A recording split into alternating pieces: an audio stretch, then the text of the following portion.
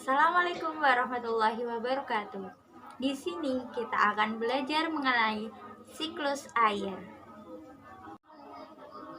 Siklus air atau siklus hidrologi adalah sirkulasi air yang tidak pernah berhenti dari atmosfer ke bumi dan kembali ke atmosfer.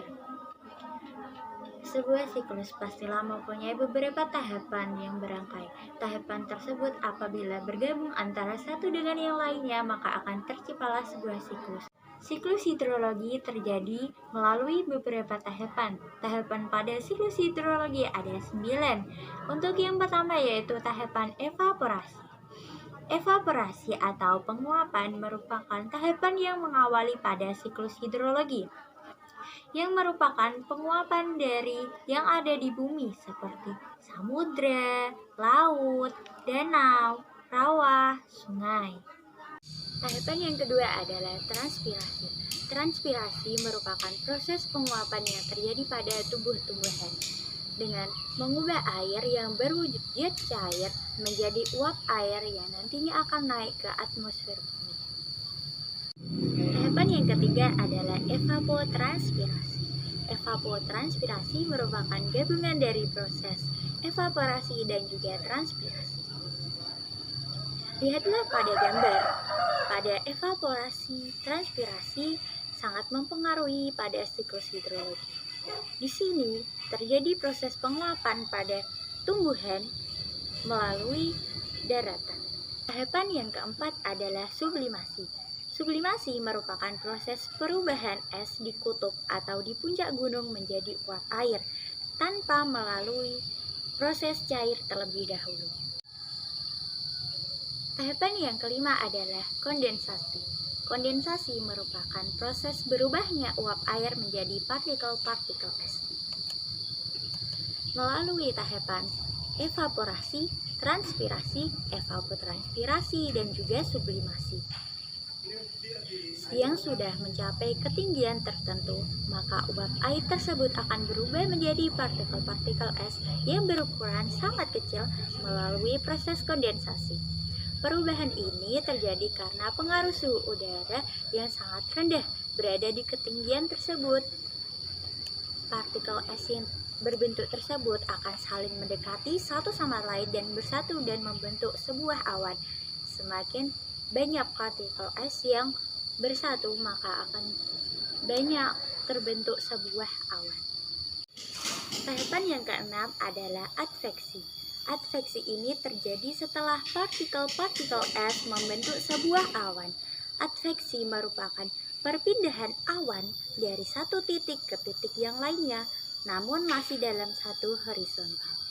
Proses adveksi ini terjadi karena adanya angin maupun perbedaan tekanan udara sehingga mengakibatkan awan tersebut berpindah dari atmosfer yang berada di laut menuju ke atmosfer yang berada di daratan. Tahapan yang ketujuh adalah presipitasi. Presipitasi merupakan proses mencairnya awan hitam akibat adanya pengaruh suhu udara yang tinggi. Pada tahapan inilah akan terjadinya hujan. Namun, tidak semua proses presipitasi akan menjadikan air hujan. Tapi, proses presipitasi yang terjadi pada suhu rendah yaitu kurang dari 0 derajat akan menghasilkan sebuah salju. Tahapan yang kedelapan adalah runoff. Runoff atau limpasan merupakan proses pergerakan air dari tempat yang tinggi menuju ke tempat yang lebih rendah yang terjadi di permukaan bumi. Pergerakan air tersebut dapat terjadi melalui saluran-saluran seperti saluran got, sungai, danau, muara sungai, hingga samudera. Tahapan terakhir yaitu tahapan ke-9 adalah infiltrasi atau peresapan air ke dalam tanah. Tahapan yang terakhir adalah tahapan infiltrasi. Infiltrasi atau peresapan air ke dalam tanah. Air yang sudah berada di muka bumi akibat proses presipitasi tidak semua mengalir di permukaan bumi dan mengalami runoff loh. Sebagian air tersebut akan bergerak menuju pori-pori tanah, merembes dan berakumulasi menjadi air tanah. Tahapan-tahapan tahapan tadi tidak hanya menghasilkan satu siklus hidrologi saja loh, namun tahapan-tahapan tadi menghasilkan beberapa siklus hidrologi berdasarkan panjang dan pendeknya siklus. Macam-macam siklus hidrologi yaitu siklus pendek, siklus sedang, dan siklus panjang. Siklus hidrologi pendek merupakan siklus hidrologi yang tidak melalui afeksi. Uap air yang terbentuk melalui siklus hidrologi akan diturunkan melalui hujan yang terjadi di daerah sekitar laut. Nah, siklus hidrologi ini memiliki 3 tahapan, yaitu air laut yang terkena pemanasan sinar matahari akan mengalami penguapan dan menjadi uap air. Tahapan yang kedua, uap air tersebut akan mengalami kondensasi dan membentuk awan. Tahapan yang ketiga pada siklus pendek yaitu awan yang terbentuk tersebut akan menjadikan hujan di sekitar permukaan tersebut. Inilah yang disebut dengan hujan di laut. Siklus yang kedua adalah siklus hidrologi sedang. Siklus hidrologi sedang umum terjadi di Indonesia. Hasil dari siklus hidrologi sedang ini adalah turunnya hujan di atas daratan. Hal ini terjadi proses afeksi akan membawakan awan tersebut menuju ke daratan. Siklus hidrologi sedang terjadi melalui 4 tahapan. Tahapan yang pertama, air laut yang terkena pemanasan sinar matahari akan mengalami penguapan dan menjadikan uap air. Tahapan yang kedua, uap air yang sudah membentuk mengalami proses adveksi karena adanya angin dan tekanan udara, sehingga bergerak menuju daratan. Tahapan yang ketiga, di atmosfer daratan, uap air tersebut akan membentuk awan dan kemudian akan berubah menjadi hujan. Tahapan yang keempat pada siklus hidrologi sedang adalah air hujan yang jatuh di permukaan bumi atau daratan akan mengalami run-off menuju ke sungai dan kembali ke laut. Siklus hidrologi panjang umumnya terjadi di daerah yang beriklim tropis atau di daerah pegunungan. Melalui siklus hidrologi panjang ini, hujan tidak langsung berbentuk air, namun turun dalam bentuk salju ataupun geyser terlebih dahulu. Tahapan dari siklus panjang ini yang pertama adalah terjadinya penguapan yang terjadi di laut atau disebut dengan evaporasi yang berasal dari laut maupun danau seperti pada gambar ini. Selain penguapan dari air, penguapan itu juga terjadi berasal dari tumbuh-tumbuhan atau disebut dengan transpirasi maupun penguapan yang dilakukan oleh es yang meleleh melalui proses sublimasi. Kemudian uap air yang telah berbentuk tersebut akan terbentuklah awan yang mengandung kristal-kristal es, lalu mengalami proses kondensasi. Setelah mengalami kondensasi, maka awan tersebut akan mengalami proses efeksi, yaitu pergerakan awan dari titik satu ke titik yang lain. Dikarenakan oleh gerakan angin, pergerakan angin arah angin tersebut menuju gunung yang memiliki tekanan udara yang lebih rendah.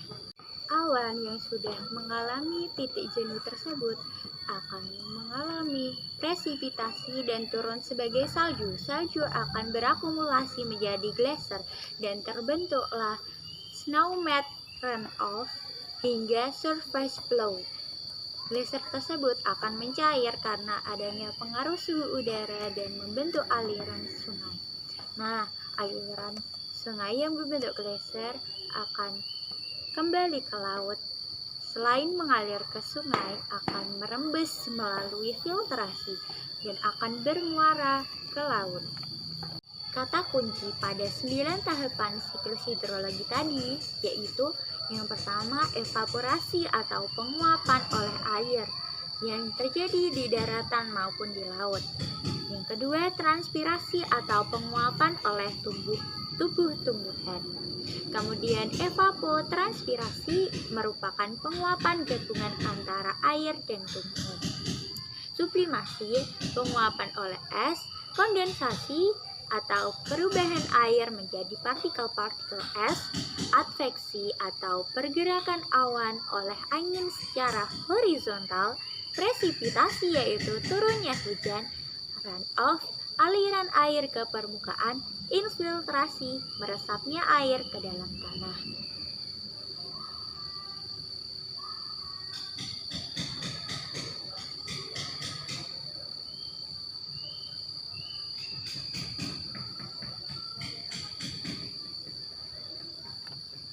Dan inilah ringkasan siklus panjang.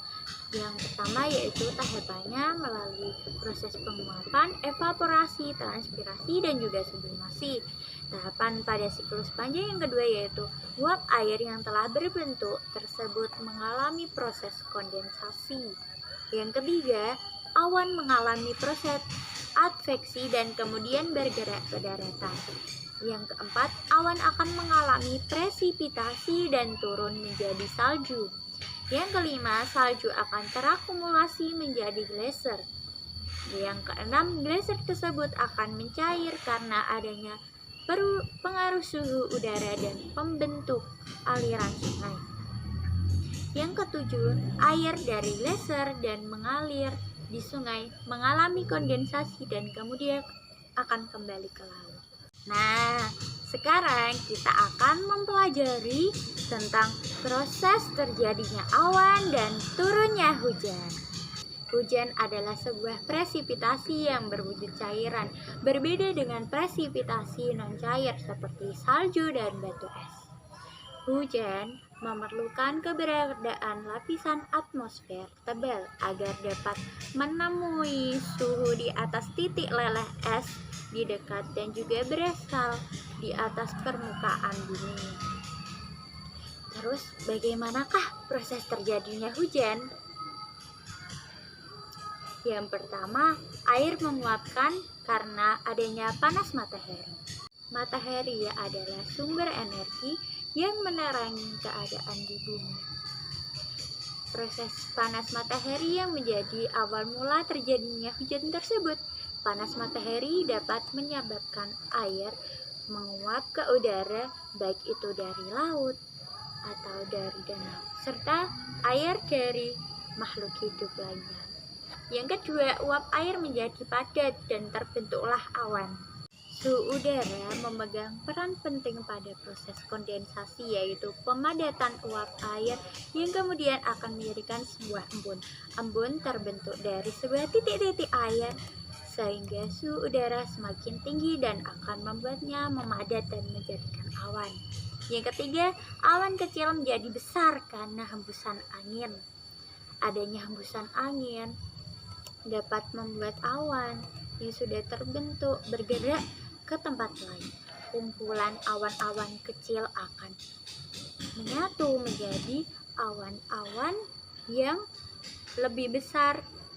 Setelah awan besar bergerak ke langit maupun ke tempat dengan suhu yang lebih rendah dan warnanya menjadi semakin kelabu. Proses selanjutnya yaitu hujan pun turun.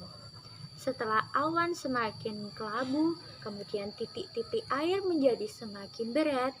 Akibatnya titik-titik air yang tidak terbentuk lagi dan juga akan menghasilkan butiran-butiran air jatuh ke permukaan bumi. Dari sinilah proses terjadinya hujan. Dan akhirnya hujan membasahi daerah sekitar kita. Nah, itulah tadi video tentang tahapan-tahapan pada proses siklus hidrologi dan juga macam-macam siklus hidrologi. Tidak lupa juga ada video proses terjadinya awan sampai turunnya hujan. Semoga video tadi dapat bermanfaat bagi kita semua. Terima kasih. Bye-bye.